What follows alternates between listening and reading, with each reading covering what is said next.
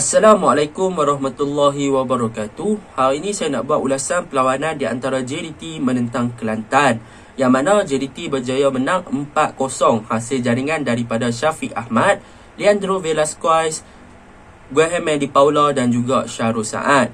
Pada perlawanan ini boleh dikatakan pada first half Kelantan beraksi untuk bertahan dengan baik. Tetapi bila mana masuk second half, Kelantan punya disiplin serta corak bertahan dah mula longgar dan perkara tersebut berjaya untuk dimanfaatkan oleh bahagian serangan pasukan Johor Darul Takzim dengan menjaringkan 4 gol pada perlawanan semalam. Okey, tanpa membuang masa, kita masuk ke dalam ulasan perlawanan. Saya akan mulakan dengan pasukan Johor Darul Takzim. Apa yang saya suka dan juga kekuatan Johor Darul Takzim pada perlawanan ini? Yang pertama, apa yang saya suka adalah mengenai kembalinya pemain-pemain kebangsaan untuk menjaringkan gol pada perlawanan ini. Antaranya adalah Syafiq Ahmad, Syahrul Saad dan juga Graham Di Paula. Dengan kembalinya mereka ini untuk menjaringkan gol, mungkin mampu untuk memulihkan semangat serta keyakinan diri mereka untuk beraksi dengan lebih baik pada kompetisi ataupun pada pertandingan Piala Malaysia kali ini. Dan dalam masa yang sama, mungkin mereka boleh dipanggil dan menunjukkan aksi yang cemerlang di peringkat antarabangsa. Yang paling menggembirakan saya adalah tentang Syahrul Saad, yang mana pada perlawanan ini Syahrul Saad menunjukkan satu kualiti yang sangat-sangat menarik selepas pulih daripada kecederaan, yang mana beliau bermain dengan 90 minit dan berjaya untuk menjaringkan gol pertama buat diri beliau bersama dengan Johor Darul Takzim. Dan perkara ini sedikit sebanyak menunjukkan yang Syahrul Saad sudah kembali bersedia untuk mengetuai barisan pertahanan JDT dan juga barisan pertahanan skuad kebangsaan kita iaitu Malaysia. So, harap performance Syahrul Saad akan kekal konsisten dan diberi peluang sepanjang TM Piala Malaysia berlangsung lah. Okey, itu yang pertama yang saya suka.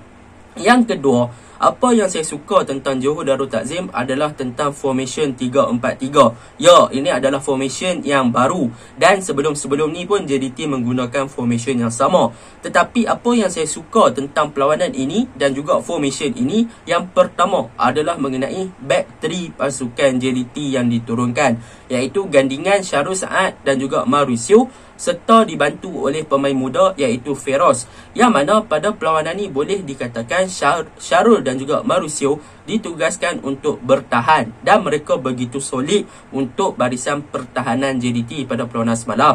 Mereka beraksi dengan sangat cemerlang. Tetapi yang menarik minat saya tentang back 3 pasukan JDT adalah tentang Feroz, yang mana pada perlawanan ini boleh dikatakan Feroz Baharudin beraksi dengan sangat-sangat baik. Beliau menunjukkan satu corak permainan yang menarik. Walaupun digandingkan dengan pemain-pemain senior, beliau menunjukkan satu kualiti yang lebih baik daripada Mauricio dan juga Syahrul Saad. Apakah kualiti yang ada pada Feroz pada perlawanan ini? Yang pertama, beliau mampu untuk kawal bola dengan kedua-dua belah kaki dengan sangat baik, iaitu beliau mampu untuk melakukan hantaran menggunakan kaki kanan dan juga kaki kiri dengan sangat baik ketika JDT build up daripada bawah.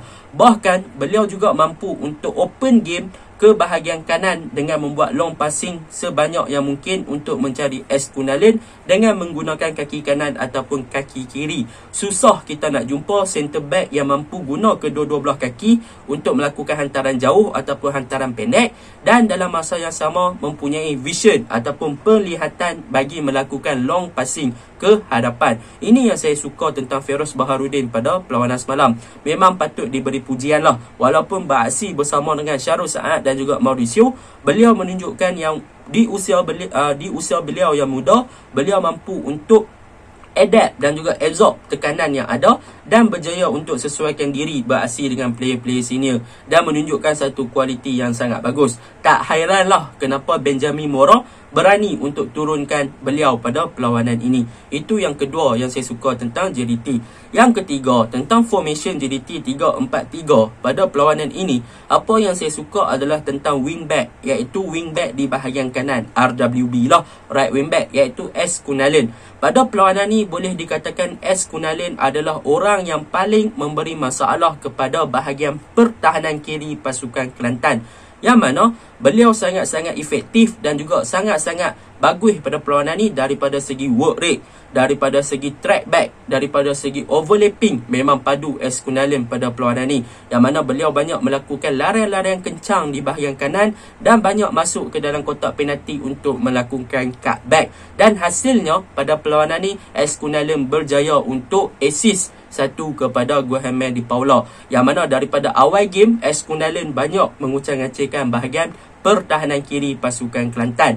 Bahkan daripada segi defending pula, memang Eskunalen juga cepat untuk track back pemain-pemain lawan dan juga bantu bahagian pertahanan sekiranya mereka diserang oleh Kelantan. Jadi itu yang saya suka tentang wingback pasukan JDT di bahagian kanan, iaitu Eskunalen, apabila beliau mampu untuk melaksanakan tugas beliau dengan sangat baik di bahagian kanan. Begitu juga dengan left wing back, iaitu Azrif Nasrul Haq, yang mana pada perlawanan ni boleh dikatakan beliau juga bertindak dengan cemerlang untuk track back pemain pasukan lawan ketika pasukan lawan menyerang, dan beliau juga sedikit ofensif untuk membantu bahagian serangan. Dan hasilnya beliau juga mempunyai work rate yang tinggi dan beliau mampu untuk memberikan satu sepakan penalti kepada pasukan JDT pada perlawanan semalam apabila beliau tidak berhenti berlari untuk mengejar bola ke dalam kotak penalti pasukan Kelantan semalam.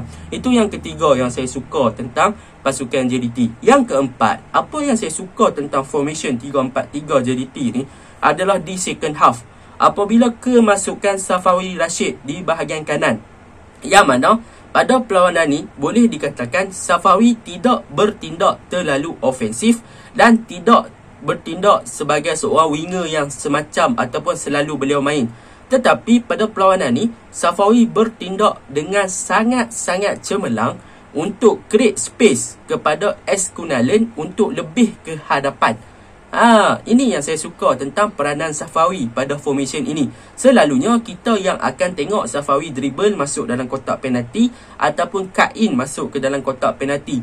Tetapi pada perlawanan ni peranan Safawi adalah dia yang menciptakan ruang dan dia juga yang menciptakan gerakan supaya pemain-pemain lain mampu untuk melakukan overlapping, penetration run ataupun cut in ke dalam kotak penalti dengan melakukan through passing. Contohnya, gol yang dihasilkan oleh Guilherme de Paula adalah terhasil daripada kebijaksanaan Safawi yang membuka ruang ataupun yang create space kepada Eskunalen untuk membuat larian overlapping ke dalam dan beliau buat passing kepada Eskunalen. Jadi peranan Safawi untuk create space pada perlawanan ni telah memberikan kelebihan untuk kita nampak yang Eskunalen sangat-sangat, orang panggil apa, buat kerja di bahagian kanan ataupun sangat-sangat rajin lah di bahagian kanan. Sebab apa?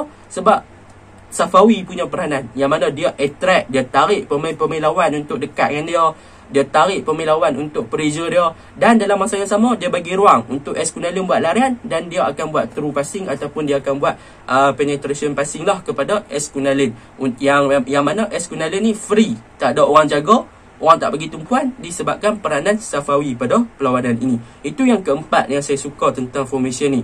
Yang kelima yang saya suka tentang formation JDT pada perlawanan ni adalah mengenai link up di bahagian tengah ataupun connection antara bahagian tengah dan juga bahagian serangan. Sebelum ni JDT mempunyai masalah sikit di bahagian tengah apabila bertemu dengan PJ City, yang mana mereka tidak mempunyai link up dan juga combination play yang baik di bahagian tengah ketika menggunakan formation yang sama. Tetapi pada perlawanan ni, terutamanya di second half apabila kemasukan Afiq Fazail bergandingan dengan Leandro Velasquez yang mana di bahagian tengah ni mereka sangat-sangat efektif apabila Afiq dan juga Leandro mempunyai pemikiran ataupun corak permainan yang lebih kepada attacking. Jadi mereka mempunyai combination play yang sangat baik di bahagian midfield serta disupport oleh Naksu Insah, dan dalam masa yang sama mereka juga mempunyai link up yang sangat bagus, iaitu kesinambungan yang sangat bagus di bahagian tengah. Bahkan benda ini juga dibantu selain daripada Naksu di belakang, mereka juga dibantu oleh peranan Guilherme de Paula yang sering drop ke bawah untuk meminta bola. Jadi kita boleh nampaklah di bahagian tengah ni mereka boleh kawal bahagian tengah dengan sangat baik, dan dalam masa yang sama mereka ada kesinambungan dengan bahagian serangan, dan mereka tahu bila masa mereka boleh untuk open game kepada bahagian wide area, iaitu buka kepada Azrif ataupun buka kepada S. Kunalen di bahagian kanan ataupun di bahagian kiri. Itu yang saya sukalah tentang pasukan JDT pada perlawanan ni. Okey, itu secara overallnya tentang JDT ni. Mereka bermain dengan sangat bagus, terutamanya di second half lah. Mereka berjaya mencari kunci kelemahan pasukan Kelantan untuk mereka mencari gol untuk mencari gol pada perlawanan semalam. Akan tetapi JDT juga mempunyai kelemahan. Kelemahan JDT pada perlawanan ni apa? Kelemahan yang paling ketara adalah daripada segi positioning ketika mereka buka game, iaitu pada perlawanan ni JDT merekodkan banyak offside, yang mana banyak long ball dan juga banyak penetration passing ataupun true passing yang dilakukan oleh pemain-pemain JDT ke bahagian serangan. Pemain-pemain wingback JDT seperti S. Kunalen, Azrif Nasrul Haq ataupun Gohemedi Paula kebanyakannya tersekat disebabkan mereka berada dalam kedudukan offside. Dan benda ni perlu diperbaiki. On time running mereka perlu diperbaiki, mestilah sama dengan masa kawan tu passing dan sebagainya lah. Ini sahaja yang perlu diperbaiki oleh pasukan Johor Darul Takzim. Okey, kita masuk ke dalam pasukan Kelantan punya ulasan pula.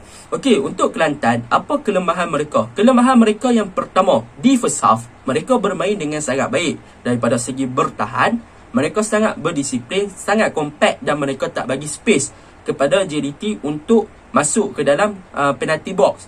Tetapi di second half, kelemahan mereka adalah mereka banyak membuat kelonggaran, iaitu mereka dah tak compact, mereka dah tak berdisiplin dan mereka banyak memberi ruang kepada JDT untuk kuasai bahagian tengah dan juga bahagian wide area di bahagian sayap. Dan dalam masa yang sama, pemain-pemain pertahanan Kelantan mereka membuat fall-fall yang mudah, iaitu banyak melakukan tackle-tackle yang berbahaya, boleh katakan menyebabkan pemain-pemain JDT mampu untuk berlakon. Dan dalam masa yang sama, JDT juga membalas perkara tersebut dengan emosi kan. Maka macam nak create scene pergaduhan lah. Tapi nasib baik pemain kedua-dua pasukan mampu untuk kawal emosi dan pengadil berjaya untuk kawal game tu dengan sangat baik. Tetapi kelemahan Kelantan di bahagian pertahanan, memang mereka sangat-sangat longgak. Mereka bagi ruang yang terlalu banyak kepada pemain JDT di second half. Mereka tak compact dan mereka tak berdisiplin seperti mana first half. Itu yang pertama. Yang kedua, apa yang boleh saya cakap, Kelantan punya bahagian serangan terlalu kosong. Yang mana bahagian tengah Kelantan, Sheikh Sobri, mereka bermain sebagai defensive midfielder, tetapi mereka tak ada connector. Mereka tak ada penyambung di antara Nur Syamil dan juga Zul Fahmi. And disebabkan itulah mereka tak boleh nak create game. Yang mana bila dapat bola kepada Nur Syamil berkeseorangan di bahagian hadapan. Dia tak ada support daripada pemain-pemain midfield untuk membantu beliau buat serangan ke arah gawang JDT. Dan dalam pada masa yang sama, wide area pasukan Kelantan, pemain sayap pasukan Kelantan pun tak ada yang buka game di bahagian sayap, sama ada di bahagian kanan dan di bahagian kiri. Mereka hanya tertumpu di satu area, iaitu di middle area untuk lakukan serangan.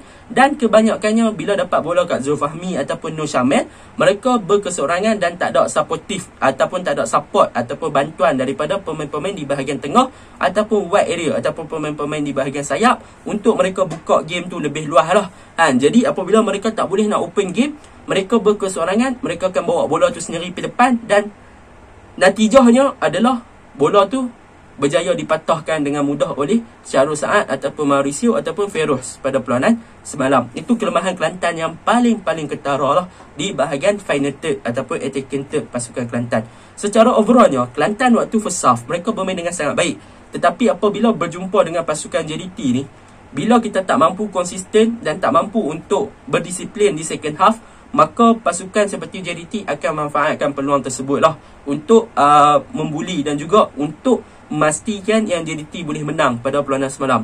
Jadi untuk next game, untuk pasukan yang bertemu dengan JDT, satu kunci sahaja. Jika ingin bermain bertahan, kena pastikan konsisten sepanjang 90 minit dan tidak melakukan kesilapan mudah dan berdisiplin. Sekiranya tidak, memang akan JDT manfaatkan peluang-peluang yang ada untuk mereka menang perlawanan tu. Okey, Assalamualaikum warahmatullahi wabarakatuh. Minta maaf kalau ada salah, silap dan juga terkasar bahasa. Assalamualaikum.